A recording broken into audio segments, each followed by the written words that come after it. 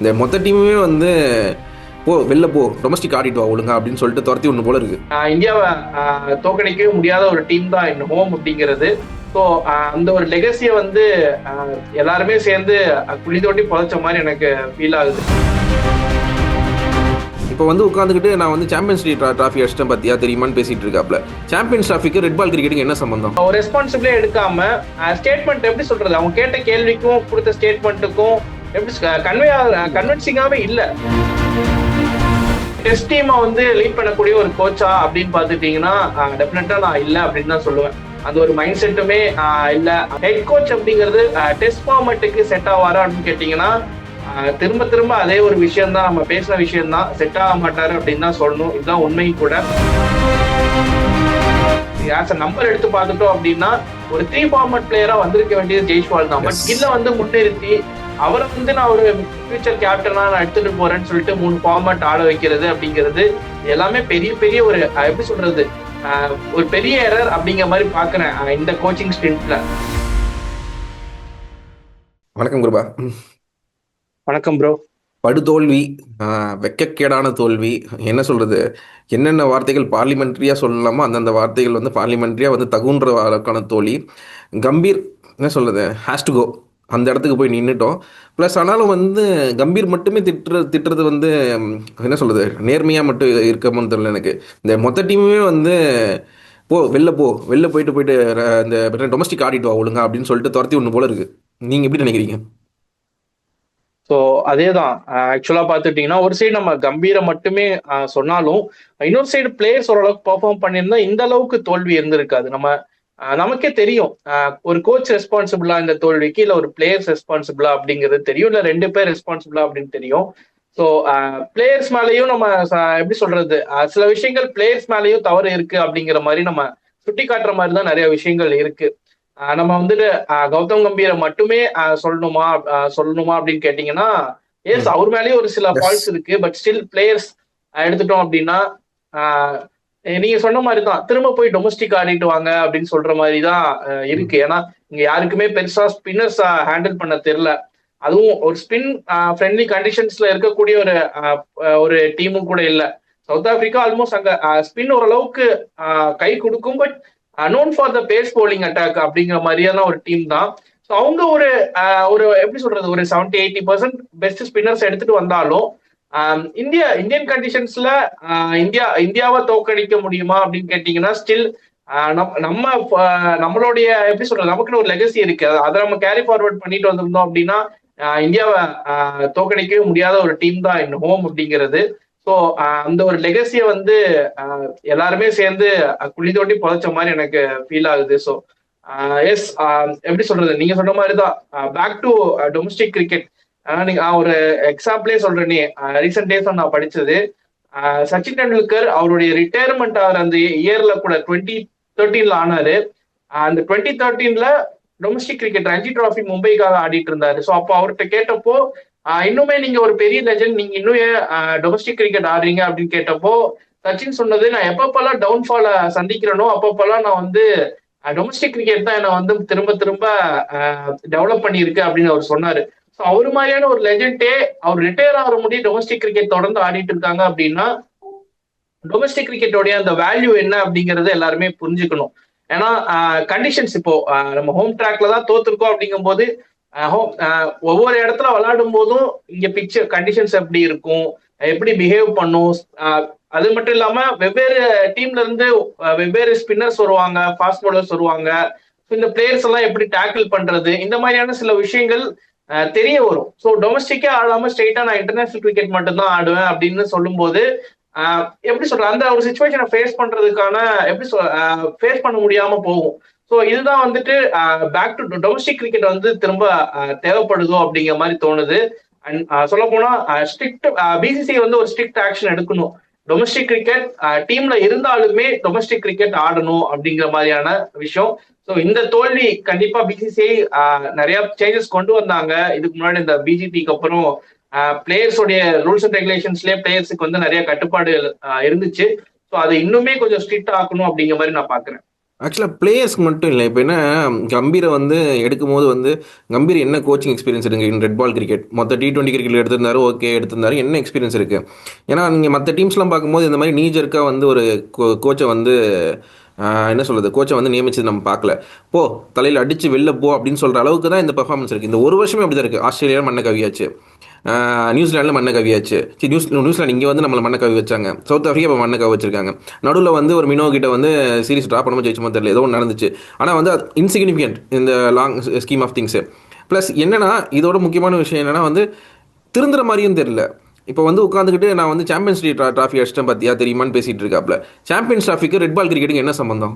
என்னதுக்கு பேசிட்டு இருக்கீங்க நீங்க? இது ஏன் தோத்தீங்கன்னு பேசல.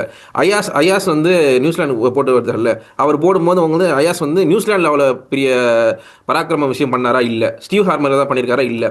இங்கே வந்து பண்ணிட்டு போறாங்க.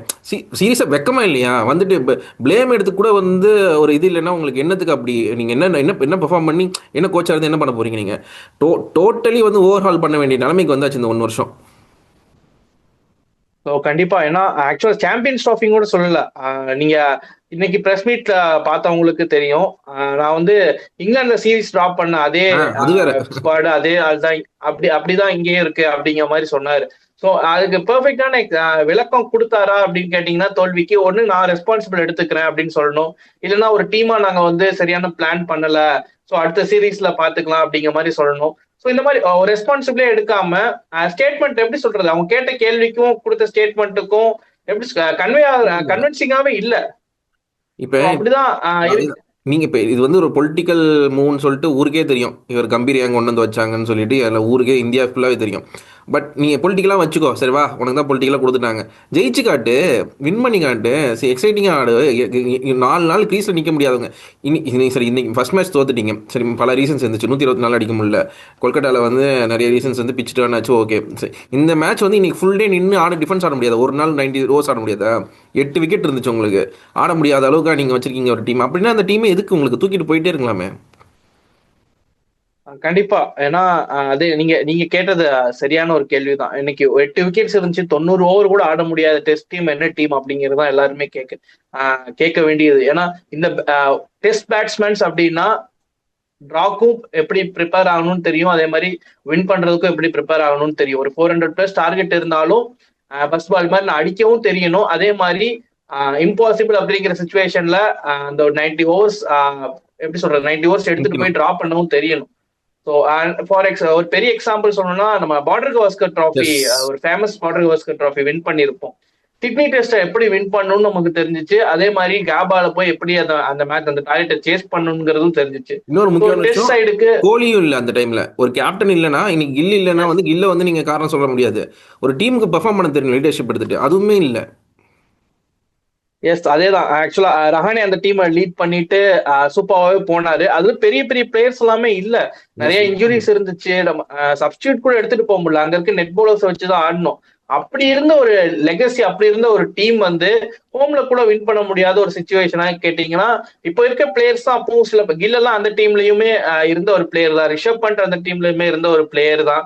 ஒரு 2-3 ஆட்-ஆன்ஸ் அந்த ஒரு சீனியர் பிளேயர்ஸ் போனதால ரீப்ளேஸ்மெண்ட் பண்ணியிருக்காங்களே தவிர, சோ இந்த பிளேயர்ஸுக்கு பொட்டன்ஷியல் இருக்கு. பட் அதை வந்து யூட்டிலைஸ் பண்றாங்களா அப்படின்னு கேட்டீங்கன்னா, பிளேயர்ஸ் வந்து திரும்ப திரும்ப அவங்களுடைய ஸ்கில்ல வந்து ஒரு டெஸ்ட் பேட்ஸ்மேன் அப்படிங்கிறது நீங்க ஒரு 30s 35 40 இருந்தீங்கன்னா கூட, ஒரு டெஸ்ட் பேட்ஸ்மேன் அப்படிங்கிறது நீங்க திரும்ப திரும்ப ஆட ஆட ஆடதான் அது இம்ப்ரூவ் ஆயிட்டே இருக்கும். உங்களுக்கு டெஸ்ட் கிரிக்கெட்டை பொறுத்த வரைக்கும் ஒன் டேவோ T20யோ உங்களுக்கு வந்துட்டு T20ல ஒரு 2-3 பால்ஸ் கேமே மாத்தி விட்டுரும். ஓடிஐ பொறுத்த வரைக்கும் ஒரு 5 to 10 ஓவர்ஸ் அப்படிங்கும் போது உங்களுக்கு கேமே சேஞ்ச் பண்ணி விட்டுரும். பட் டெஸ்ட் கிரிக்கெட் அப்படிங்கிறது நீங்க க்ரோ ஆக ஆக நீங்க விளையாண்டுட்டே இருந்தீங்கன்னா தான் அது அந்த எக்ஸ்பீரியன்ஸ் கிடைக்கும், அந்த டெம்போமெண்ட் பில்ட் ஆகும். ஸோ இது வந்து இந்த டொமஸ்டிக் கிரிக்கெட் ஆடாம அது வந்து கட் ஆயிருச்சு. இது வந்து பிளேயர்ஸ் ஒரு சைடு நம்ம பிளேம் பண்ணும் அப்படின்னு சொல்லியிருந்தாலும், கோச்சோட சைட்ல வந்து ஒரு டெஸ்ட் டீமை வந்து லீட் பண்ணக்கூடிய ஒரு கோச்சா அப்படின்னு பாத்துட்டீங்கன்னா டெஃபினட்டா நான் இல்லை அப்படின்னு தான் சொல்லுவேன். அந்த ஒரு மைண்ட் செட்டுமே இல்ல, அந்த ஒரு பிளான் ஸ்ட்ராட்டஜி எதுவுமே வந்துட்டு மேபி கூட இருக்க பவுலிங் கோச், ஃபீல்டிங் கோச் இவங்கெல்லாம் கூட ஓரளவுக்கு நான் அக்செப்ட் பண்ணிக்கிற மாதிரி இருந்தாலும், ஹெட் கோச் அப்படிங்கிறது டெஸ்ட் ஃபார்மேட்டுக்கு செட் ஆவாரா அப்படின்னு கேட்டீங்கன்னா திரும்ப திரும்ப அதே ஒரு விஷயம் தான், நம்ம பேசின விஷயம் தான், செட் ஆக மாட்டாரு அப்படின்னு தான் சொல்லணும். இதுதான் உண்மையும் கூட.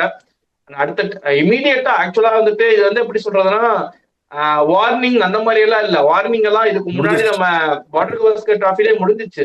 இமீடியட்டா நம்ம சேஞ்ச் பண்ணக்கூடிய ஒரு சுச்சுவேஷன்ல தான் நம்ம இருக்கோம். ஸோ அடுத்த டெஸ்ட்டுக்கு அடுத்த ஸ்ரீலங்கால விளாடுறாங்கன்னு நினைக்கிறேன். கொஞ்சம் கேப் இருக்குன்னு நினைக்கிறேன். ஸோ அதுக்குள்ள இப்போ டொமஸ்டிக் சீசன் வந்து இப்போ T20 ஃபார்மேட்டுக்கு மாறிடுச்சு. ரஞ்சி டிராஃபி திரும்ப ஜான்வரில ரெஸ்யூம் ஆகும். ஸோ அப்ப இருந்து இந்த பிளேயர்ஸ் எல்லாம் டொமஸ்டிக் ஆட வச்சு, அப்ப நமக்கு அந்த ஒரு இன்டர்நேஷனல் டியூட்டிஸ் எல்லாம் ஃப்ரீ பண்ணி டொமஸ்டிக் ஆட வச்சு, டெஸ்ட்டுக்குன்னு இருக்க பேட்டர்ஸை டொமஸ்டிக் ஆட வச்சு, கோச்சை சேஞ்ச் பண்ணி, இந்த மாதிரி சில விஷயங்கள் அடுத்த ஸ்ரீலங்கா டூர் முடிவு நம்ம பண்ண வேண்டியது இருக்கு. ஸோ பிசிசிஐ அதுக்கான ஒர்க்கை இனி இந்த நாளில இருந்து ஸ்டார்ட் பண்ணுவாங்க அப்படின்னு நான் எக்ஸ்பெக்ட் பண்றேன். ஆக்சுவலாக என்னென்னா, ஒரு என்ன சொல்கிறது, ஒரு கோச் வந்து செட் ஆகலைன்னு போது பிளேயர்ஸ் வந்து ஒரு மாதிரி விளையாடாத ஒரு எராலாம் இருந்திருக்கும். கிரேக் சாப்பல் எரா, அனில் கும்ப்ளே எராலாம் நம்மளோட இந்த என்ன சொல்கிறது, இந்த 20th செஞ்சுரி 21st செஞ்சுரியில் வந்து நம்ம பார்த்து இந்த 25 வருஷத்தில் இவங்க 2 பேர் எராவை சொல்லலாம். இப்போ ஆல்மோஸ்ட் வந்து இந்த 2 டெஸ்ட் மேட்ச் இவங்க பொட்டலங்கட்டி விழுந்த விதம் இருக்குல்ல, அது வந்து இவங்க கம்பீர் மேலே வந்து அவங்களுக்கு நம்பிக்கை இல்லைன்றது ஒரு இதை காட்டுற மாதிரியே இருக்குது. இது ஒரு பக்கம் இருந்தால் நம்மளுக்கு ஒரு புகைச்சல் இருக்கும். சரி, கம்பீர் வந்து இப்படி பண்ணுறாருனாலும் கம்பீரை வந்து அனுப்ப போகிறாங்க, வேறு யாராவது பார்த்துட்டு இருக்காங்கன்னு சொல்லிட்டு. அந்த புகைச்சல், அந்த ஸ்மோக்குமே இல்லை. இது ரெண்டுமே இல்லாத வந்து பயங்கர டிசப்பாயின்மெண்ட்டாக இருக்குது. நீங்கள் இதை எப்படி பார்க்குறீங்க? நீங்க இதுக்கு முன்னாடி ஒரு பெஸ்ட் எக்ஸாம்பிள் கொடுத்திருந்தீங்க, Greg Chappell and Anil Kumble. அந்த 2 கேஸ்லயும் கோச் வர்சஸ் பிளேயர் அப்படிங்கிற ஒரு விஷயம் இருந்துச்சு. கோச்சஸுக்கும் பிளேயர்ஸுக்கும் நடுவுலயே ஒரு ப்ராப்ளம் இருந்துச்சு. ஸோ கோச்சை ஈஸியா மாத்துறதுக்கு இருந்துச்சு. பட் இப்போ பாத்துட்டீங்க அப்படின்னா கோச்சுக்கும் பிளேயர்ஸுக்கும் அந்த அளவுக்கு அந்த பெரிய உரசல் எதுவுமே இல்லாத மாதிரி தான் தோணுது. ஏன்னா சொல்ல போனா கம்பீரோடைய பப்பட்டாவே இருக்க மாதிரி இருக்கு கில்லு.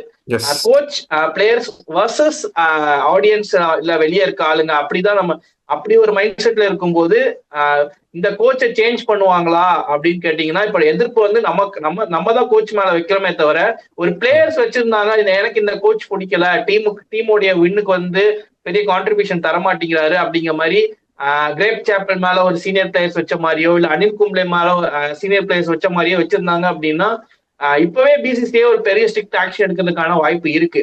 பட் இந்த கேஸ்ல பாத்துட்டீங்கன்னா கொஞ்சம் டிஃப்ரெண்டா இருக்கு. ஆக்சுவலா பிளேயர்ஸும் கோச்சை ஒன்னும் சொல்ல மாட்டேங்கிறாங்க. ரிசல்ட் வந்தாலும் வரலைனாலும் ஒரு பிளேயர் வந்து எனக்கு வந்து இந்த ரிசல்ட் வந்து பெரிய டிசப்பாயின்மெண்டா இருக்கு, என்னுடைய பொசிஷன்ஸ் எந்த பொசிஷன்னே தெரியல, சேஞ்ச் பண்ணிக்கிட்டே இருக்காங்க, என்னால சரியா விளையாட முடியுது. இதேதான் கிரேக் சாப்பலும் பண்ணாரு with Indian team in 2007. So இதே மாதிரி ஒரு பிளேயர் வெளியே வந்துட்டு சொன்னாரு அப்படின்னா விஷயங்கள் சேஞ்ச் ஆகும். மேபி அஸ்வின், ரோஹித் அண்ட் விராட் கோலியோட ரிட்டையர்மெண்ட்டுக்கு அப்புறம் அவங்க சொல்லியிருந்தா கூட இந்த பிரச்சனை வந்து வெளியே சீரியஸா பேசப்படும், பிசிசிஐ ஏதாச்சும் ஒரு ஆக்ஷன் எடுக்கலாம். பட் யாருமே இதை பத்தி பேசாதப்போ இது வந்து ஜஸ்ட் இப்போ நம்ம ஒரு சோசியல் மீடியால இந்த மாதிரி ஒரு விஷயம் போடுறோம், எங்களுக்கு டிசப்பாயின்மெண்டா இருக்கு அப்படிங்கும் போது பிசிசி இதை கன்சிடர் பண்ணுவாங்களா அப்படின்னு கேட்டீங்கன்னா, என்ன பொறுத்த வரைக்கும் ஒரு 70% வாய்ப்பு இல்லை அப்படிங்கிற மாதிரிதான் தோணுது. ஸோ எனக்கு பிளேயர்ஸ் தான் ஏதாச்சும் ஒண்ணு பண்ணணும். இப்போ இந்த தேசபக்தி தேசபாசம் சொல்லிட்டு இருக்க கம்பீர் வந்து உண்மையிலே தேசபக்தி இருந்துச்சுன்னா தானாக ரிசைன் பண்ணிட்டு போகிறது தான் அவரோட இந்த நாட்டுக்கு செய்கிறது உண்மையான நல்ல விஷயம். அதை பண்ணுறதுக்கான வாய்ப்பும் இல்லை, எந்த சிம்டம்ஸும் தெரியல. அஃபென்சிவாக வந்து அவர் எடுக்கிற இந்த சென்ஸ் ப்ரெஸ் மீட்டில் பேசுறதுக்கான அந்த எதுவுமே வந்து தான் ப்ளேம் இல்லாத மாதிரி பேசுகிறதும், நீங்கள் சொன்ன இன்னொரு பாயிண்ட், அந்த கில் வந்து ஒரு பப்பெட் மாதிரி ஒரு கோச்சுக்கு போகிறது வந்து it's not good for team long டேர்மில். அவர் என்ன சொன்னாலும் பண்ணிட்டு போகலான்னு சொல்லிட்டு இதெல்லாம் ஒரு பக்கம் இருக்கும்போது டிசர்விங் கேண்டிடேட்ஸ் இல்லாட்டி அட்லீஸ்ட் வந்து these candidates should have been என்ன சொல்கிறது இன் கன்சிடரேஷன்னா கருண் நாயர், அதுக்கப்புறம் வந்து சஃப்ராஸ்லாம் வந்து டொமஸ்டிக்லேயே குப்பை கொட்டினவர், கிரவுண்ட் ஆட தெரிஞ்சவர், ஸ்பின் ஆட தெரிஞ்சவர். அதுக்கப்புறம் வந்து கருண் நாயர் அதே மாதிரி தான் இங்கே கொட்டிகிட்டு இருக்காப்புல. இந்த மாதிரி ஆட்களில் வந்து ஏன் கொண்டு போகல? இன்னொன்று முக்கியமான விஷயம், சாய் சுதர்ஷன்லாம் டொமஸ்டிக் ஆடுற ஆள் தான். அவரோட கேமே வந்து ஒரு மாதிரி அக்ரெசிவாக வந்து இந்த விக்கெட் விட்ட விதம்லாம் பார்த்தீங்களா நீங்கள்? ஃபர்ஸ்ட் இன்னிங்ஸில் விட்ட விதம்லாம் வந்து அன்ஃபார்ச்சுனேட் சாய் சுதர்ஷன் அப்படி ஆடுறதுலாம். இப்படிப்பட்ட ஆளுங்களோட கேமும் மாறிக்கிட்டு இருக்கு. இப்படி என்ன சொல்கிறது, இந்த ரஹானிலாம் வந்து நான் இன்னும் ஆடுவேன்னு தான் சொல்கிறாப்புல, என்னை கூப்பிடலைங்க அப்படி தான் சொல்லிட்டு இருக்காப்புல. இப்படி இருக்கும்போது வந்து ஒரு இந்த இந்த பப்பெட்டுன்ற வார்த்தை வந்து பயங்கரமாக எனக்கு பிடிச்சிருக்கு. கரெக்டாக தான் போயிட்டு இருக்கு. இதில் இப்படி தான் போகுமா? ஒன்றுமே நம்ம டிஃப்ரென்ஸ் பார்க்க போதில்லை இல்லை? கண்டிப்பா கம்பீர் இருக்க வரைக்கும் இப்படிதான் போகும் அப்படின்னு நினைக்கிறேன். ஏன்னா நீங்க இப்ப ரீசெண்டா நடந்த எல்லா விஷயங்களையும் கனெக்ட் பண்ணி பாத்தீங்கன்னாலே தெரியும் அந்த பப்பட்டுங்கிற வேர்டுக்கான மீனிங். T20 சைட்ல கில் இல்லவே இல்லை. திடீர்னு T20 சைட்ல வந்தார். அதுக்கு முன்னாடி T20 டீம் வந்து பெர்ஃபெக்டா இருந்துச்சு. நம்ம எல்லாருமே என்ன நினைச்சோம், 2026க்கு இதான் டீம், இதுல ஒரு ரெண்டு சேஞ்சஸ் வரும், பும்ரா பாடாம இருந்தாரு, சோ பும்ரா மாதிரியான பிளேயர்ஸ் உள்ள வருவாங்க அப்படிதான் நம்ம நினைச்சோம். பட் கில் எங்க இருந்தோ எடுத்துட்டு வந்தாரு. இப்போ மத்த பிளேயர்ஸோடைய பொசிஷன் என்ன எங்கன்னே தெரியல. அதுக்கு முன்னாடி பெர்ஃபெக்டா இருந்துச்சு எல்லாமே. எஸ். இன்னொரு விஷயம், ஜெய்ஷ்வால் வந்து ஒரு த்ரீ ஃபார்மட் பிளேயரா வந்து நம்ம எல்லாருமே பார்த்துட்டு இருந்தோம். இப்ப ஒரு டெஸ்ட் மட்டும் தான் ஆடுறாரு. ஓடிஐலயும் பெருசா சான்ஸ் கிடைக்கல. அதே மாதிரி டி டுவெண்ட்டி வேர்ல்ட் கப்புக்கு எடுத்து ரோஹித் சர்மா எடுத்துட்டு போனாரு ஜெய்ஷ்வால ஆஸ் அ பேக்கப்பா. ஸோ அவர் வந்து இப்ப தொடர்ந்து டி டுவெண்ட்டில ஒரு டிராப், அவர் எங்க போனாருன்னு தெரியல. ஓடிஐ ஸ்குவாட்ல பேக்கப்பா இருக்காரு. கில் அண்ட் ரோஹித் சர்மா ஆடுறதுனால அவருக்கு பெருசா சான்ஸ் கிடைக்கல அப்படின்னு சொல்லிடலாம். டெஸ்ட் கிரிக்கெட்ல மட்டும்தான் இப்ப ஜெய்ஷ்வால் ஆடுறாரு. ஏன்னா என்ன பொறுத்த வரைக்கும் பாத்துட்டீங்க அப்படின்னா, கில்ல விட ஜெய்ஷ்வால் இப்போ ஆஸ் அ நம்பர் எடுத்து பார்த்துட்டோம் அப்படின்னா ஒரு த்ரீ ஃபார்மட் பிளேயரா வந்திருக்க வேண்டியது ஜெய்ஷ்வால் தான். But S. கில்ல வந்து முன்னிறுத்தி அவரை வந்து நான் ஒரு ஃபியூச்சர் கேப்டனா நான் எடுத்துட்டு போறேன்னு சொல்லிட்டு 3 ஃபார்மட் ஆட வைக்கிறது அப்படிங்கிறது எல்லாமே பெரிய பெரிய ஒரு எப்படி சொல்றது, ஒரு பெரிய எரர் அப்படிங்கிற மாதிரி பாக்குறேன் இந்த கோச்சிங் ஸ்டின்ட்ல. எனக்கு அதேதான். இதேதான். இன்னொன்று நீங்கள் அந்த ஜெய்ஸ்வால் ஆட் பண்ண வேண்டியது வந்து, ஜெய்ஸ்வால் இஸ் கேப்டன் மெட்டீரியல். அவன் வந்து ராஜஸ்தான் ராயல்ஸுமே கேப்டன் பண்ணுறதுக்கு ரெடியாக இருக்கிற மாதிரி ஒரு இருந்துச்சு. ப்ளஸ் ரஞ்சிலையும் வந்து நான் கோவா போகிறேன், எனக்கு அந்த கேப்டன்ஷிப் தேவைன்னு சொல்லிட்டு ஒரு ஆம்பிஷன் இருக்க மாதிரி பட்டுச்சு. ப்ளஸ் ஸ்ட்ரீட் ஸ்மார்ட்டாகவும் இருக்கிற மாதிரியான ஒரு பிளேயராகவும் படுது. வந்து சான்ஸ் கொடுத்தா தான் தெரியும் நம்ம கேப்டன்ஷிப் மெட்டீரியலாக இருக்காங்களே. பட் இந்த சைட் லைன் ஆகிறது வந்து ரொம்ப அப்பட்டமாக தெரியுது இல்லை? கண்டிப்பா. ஏன்னா அது ஆக்சுவலா நமக்கு ஒண்ணு ஒரு விஷயம் பண்றீங்க அப்படின்னா வெளியே தெரியாம பண்ணணும். வெளியே தெரியாம ஒரு விஷயங்கள் பண்ணணும், மூடி மறைக்கிற மாதிரி பண்ணணும்.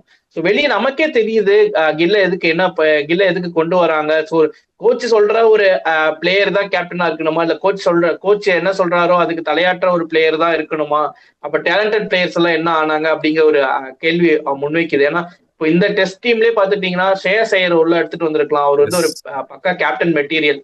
அவர் வந்து அந்த நம்பர் 4 ஸ்லாட், நம்பர் 3 ஸ்லாட் உங்களுக்கு தேவைப்பட்டுச்சு. 3ல கூட ஆட வைக்கலாம் ஸ்ரேயஸ் ஐயரை, ஒரு பெர்ஃபெக்ட் டெஸ்ட் பிளேயர் தான். கேஎல் ராகுலும் நீங்க கேப்டனா யூஸ் பண்ணிருக்கலாம் ஃபார் டெஸ்ட் கிரிக்கெட். அவரும் வந்து பட்டுக்கு போனதுக்கு பதிலா கேஎல் ராகுல எடுத்துட்டு கேப்டனா எடுத்துட்டு வந்திருக்கலாம். அவருக்கு எல்லா கண்டிஷன்ஸும் தெரியும், எல்லா இடத்துலயும் விளையாண்டுருக்காரு. ஸோ அவரு வந்து பெரிய எக்ஸ்பீரியன்ஸ், டொமஸ்டிக்லயும் சூப்பரா பெர்ஃபார்ம் பண்ணியிருக்காரு. அவரு மாதிரியான ஒரு பிளேயர் அவரையுமே நீங்க சைட்லைன் பண்ணிட்டீங்க. ஸோ இந்த மாதிரி டொமஸ்டிக்ல இருந்து ஏகப்பட்ட பிளேயர்ஸ் இருக்காங்க. சர்ஃப்ராஸ் கானுக்கு ஒரே ஒரு டோர்னமெண்ட் தான் கொடுத்தீங்க. அதுக்கப்புறம் அதுக்கு செஞ்சுரி அடிச்சாரு. ஆக்சுவலா அந்த டோர்னமெண்ட் ரிசல்ட் நமக்கு நம்ம சைடு வரல அப்படின்னாலும் அதுல அவருடைய பெர்ஃபார்மன்ஸ் சூப்பரா இருந்துச்சு. இப்ப அவரு ஸ்குவாட்லயே இல்ல, எங்க போனாருன்னு தெரியல. அதே மாதிரி அபிமன்யு ஈஸ்வரன் திரும்ப பேக் டு டொமஸ்டிக் மாதிரி டொமஸ்டிக் போயிட்டாரு. ஸோ அவருடைய கான்பிடன்ட்டும் உடச்சு விட்டுட்டாங்க. இப்ப டொமஸ்டிக்ல பாத்துட்டீங்கன்னா தொடர்ந்து ஜீரோஸ், ரன்ஸே அடிக்காம போயிட்டு இருக்காரு. ஸோ அதுக்கு முன்னாடி ஒரு டொமஸ்டிக்ல ஒரு வாஷிங் ஜாஃபர் மாதிரியான ஒரு பிளேயரா வந்துட்டு இருந்தாரு. இப்ப பாத்துட்டீங்க அப்படின்னா இந்தியன் டீமுக்கு வந்து சான்ஸே கொடுக்காம டிராப் ஆன உடனே திரும்ப அவர் டொமஸ்டிக்ல அவருடைய கான்பிடன்ட் போச்சு. இதே மாதிரி ஏகப்பட்ட பிளேயர்ஸ் இருக்காங்க. பாபா இந்திரஜித் இருக்காரு, ஜெகதீசன் இருக்காரு, தமிழ்நாட்டிலேயே 2 பிளேயர்ஸ் இருக்காங்க. ஒவ்வொரு ஸ்டேட்லயும் நீங்க எடுத்து பாத்துட்டீங்க அப்படின்னா சான்ஸுக்காக ரெட் பால் கிரிக்கெட்ல மட்டுமே போக்கஸ் பண்ணி நிறைய பிளேயர்ஸ் விளையாண்டு இருக்காங்க. இவங்கெல்லாம் பெருசா நீங்க ஐபிஎல்ல வந்து இந்த மாதிரியான பிளேயர்ஸ் நீங்க தேடவே முடியாது. ஏன்னா இப்போ நீங்க ஒரு ஜெகதீசன் எடுத்துட்டீங்க அப்படின்னா ஐபிஎல் பெருசா விளையாட மாட்டாரு. இந்திரஜித் எடுத்துட்டீங்கன்னா ஐபிஎல்ல பெருசா விளையாட மாட்டாரு. சர்ஃப்ராஸ் கானுமே இப்போ ஐபிஎல் விளையாடுறது இல்லை. அப்படிங்கும் போது ரெட் பாலுக்குன்னே சில பிளேயர்ஸ் இருக்காங்க. ஸோ நீங்க அந்த பிளேயர்ஸை எடுத்துட்டு வந்து ஆட வைக்கிறது ஆக்சுவலா அப்படி எடுத்துட்டு வந்துட்டீங்க அப்படின்னா இந்த ஐபிஎல் டைம்ல கூட அவங்க வந்து இந்த கவுண்டி போய் ஆடுறதோ இந்த மாதிரியான நிறைய ஒர்க் அவுட் பண்ணிட்டு இருக்காங்க. ஸோ இந்த மாதிரியான பிளேயர்ஸ் ஆட வைக்கும் போது உங்களுக்கு ரிசல்ட்டும் பெர்ஃபெக்டா கிடைக்கும் அவங்கள பேக்கப் பண்ணும்போது. அதை விட்டுட்டு நீங்க ஒரு துருவ் ஜூரலையோ இல்ல நிதிஷ்குமார் ரெட்டியோ இவங்கெல்லாம் வந்து ஒயிட் பால் நல்லா ஆடக்கூடிய ஒரு பிளேயர். அவங்களுடைய ஸ்கில் செட்டை வந்து நான் பெருசா குறை சொல்ல, பட் அவங்க வந்து இந்த ஒயிட் பாலுக்கு சூப்பரா செட் ஆகக்கூடிய ஒரு பிளேயர். கௌதம் கம்பீர் ஒரு கோச்சா வரும்போது என்ன ஒரு ப்ராமிஸ் கொடுத்தாரு அப்படின்னா, ரெட் பால் டொமஸ்டிக்ல ஆடக்கூடிய பிளேயர்ஸை தான் நான் ரெட் பால் கிரிக்கெட்டுக்கு எடுத்துட்டு வருவேன் அப்படின்னு சொன்னாரு. பட் இப்போ வந்து பாத்துட்டீங்கன்னா அவருமே அந்த பழைய ஐபிஎல் மைண்ட் செட், ஐபிஎல்ல இருந்து தான் ஒரு பிளேயர் எடுக்கணும் அப்படின்னா அப்போ ரெட் பால் கிரிக்கெட் டொமஸ்டிக் ஆடவே வேணாமே. ரஞ்சி டிராஃபிஸ் 130 இயர்ஸ்க்கு மேல நடந்துட்டு இருக்கு. சோ அங்க எதுக்கு நான் உங்க பிளேயர்ஸ் வந்து பெர்ஃபார்ம் பண்றாங்க, ஐபிஎல்ல பெர்ஃபார்ம் பண்ற ஒயிட் பால்ல கான்சென்ட்ரேட் பண்ணி அவங்க ஐபிஎல்ல பெர்ஃபார்ம் பண்ணி வரலாமே. ரெட் பாலுக்குன்னு இவ்வளவு பிளேயர்ஸ் அபிமன்யு ஈஸ்வரன் மாதிரியான பிளேயர் எதுக்கு ரெட் பால் கிரிக்கெட் ஆடுறாங்க அப்படிங்கிற ஒரு கேள்வியும் வருது. எஸ், கரெக்டான கேள்வி தான் இதெல்லாம். ஏன்னா இப்போ அடுத்து வந்து ஒன் டே சீரிஸ் ஆரம்பிக்க போது Gambhir will be always in Lime light. அது எப்படி போகுதுன்னு பார்ப்போம். ஏன்னா இந்த இப்போ இந்தியா பிசிசிஐ டிசிஷன் எடுக்கணும்னு முடிவு பண்ணால் கூட ஒன் டே சீரிஸ் நடுவில் T20 சீரிஸ் நடுவில் எடுப்பாங்கன்னு டவுட்டாக இருக்குது எனக்கு. அதனால் வந்து இது அந்த இதையும் எப்படி போகுதுன்னு பார்க்கணும். ஹோப்ஃபுல்லி வந்து அதுலேயும் வந்து என்ன சொல்கிறது, டிஸ்டன்ஸ் வந்து பேடாக போச்சுன்னா வந்து கம்பீர்க்கான இது என்ன சொல்கிறது டைமிங் கவுண்ட் ஒன்லாம் வந்து சூப்பராக ஆரம்பிக்கும்னு நினைக்கிறேன். பார்ப்போம் கிருபா எப்படி போகுதுன்ட்டு. நன்றி Kiruba, thanks for your time. Thank you. பார்க்கலாம் ப்ரோ. தேங்க்யூ. நன்றி நன்றி bro. Subscribe to One India and never miss an update.